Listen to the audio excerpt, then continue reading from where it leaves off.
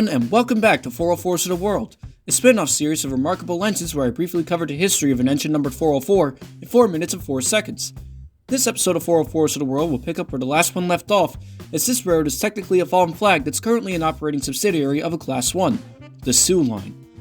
Of the various engines that this mighty Class 1 rostered over the years, this episode will be focusing on one of the railroad's lesser-known engine classes, but played a larger role in American railroading as a whole, the GP9. So with that said, here is a brief history of Soo Line 404. It's the 1950s and dieselization is the talk of the town for American railroads.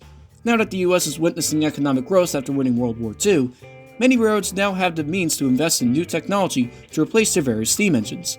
Around this time, instead of having multiple locomotive builders produce a unique class of steam engines for each railroad, there are only a handful of diesel manufacturers that produce identical models for ease of maintenance.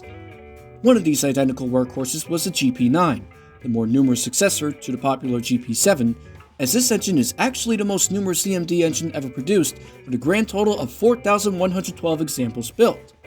Needless to say, railroads large and small across the nation purchased the GP9, including the Minneapolis, St. Paul, and Sault Ste. Marie Railroad, better known as the Soo Line. This batch of Jeeps was built towards the beginning of the GP9 assembly line, with a variety of number ranges, with 404, the locomotive to be focused on, being built in December of 1954. At the time, the GP9 was fittingly one of the Soo Line's most numerous diesel engines, as they worked essentially any and every job the railroad had to offer, as they often worked with other EMD engines, primarily on branch line runs in Wisconsin and Michigan. The GP9s were also initially painted in the maroon and yellow livery, like other new diesels at the time, but this was soon changed to the simpler and more recognizable red and white livery in 1961, when the railroad acquired two smaller railroads nearby. Although, 404 along with 406 was accidentally given a yellow wing on only the short hood instead of both ends when the unit was initially built, but this would promptly be fixed sometime later. Despite the success of the vital routes that made up the Soo Line, the Class 1 would eventually spin off many of its unprofitable rural Wisconsin branch lines to a new company named Wisconsin Central Limited. To help serve many of these newly separate branch lines, 404 along with other engines from the Soo Line and other railroads were borrowed by the Wisconsin Central with almost no changes to its paint scheme, since 404 simply assisted with branch line work between the two railroads. Eventually, the Soo Line was acquired by Canadian Pacific in 1990 as an operating subsidiary, where by this time, the railroad had a surplus of locomotives for the quiet branch lines of Wisconsin, which resulted in many of the GP9s being stored near Minneapolis.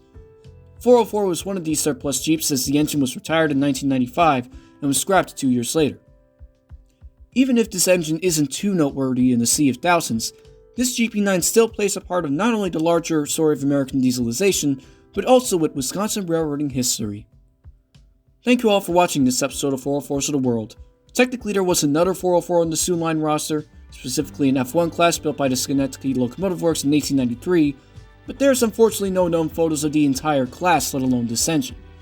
The more well-known Soo Line 404, on the other hand, served both the Soo Line and its successor well into the 90s by being another example of EMD versatility that could handle any task it was given. Thank you again for watching. Credit for all the photos used go to their respective photographers, and if you enjoyed this video, don't forget to like and subscribe for more. Have a good day.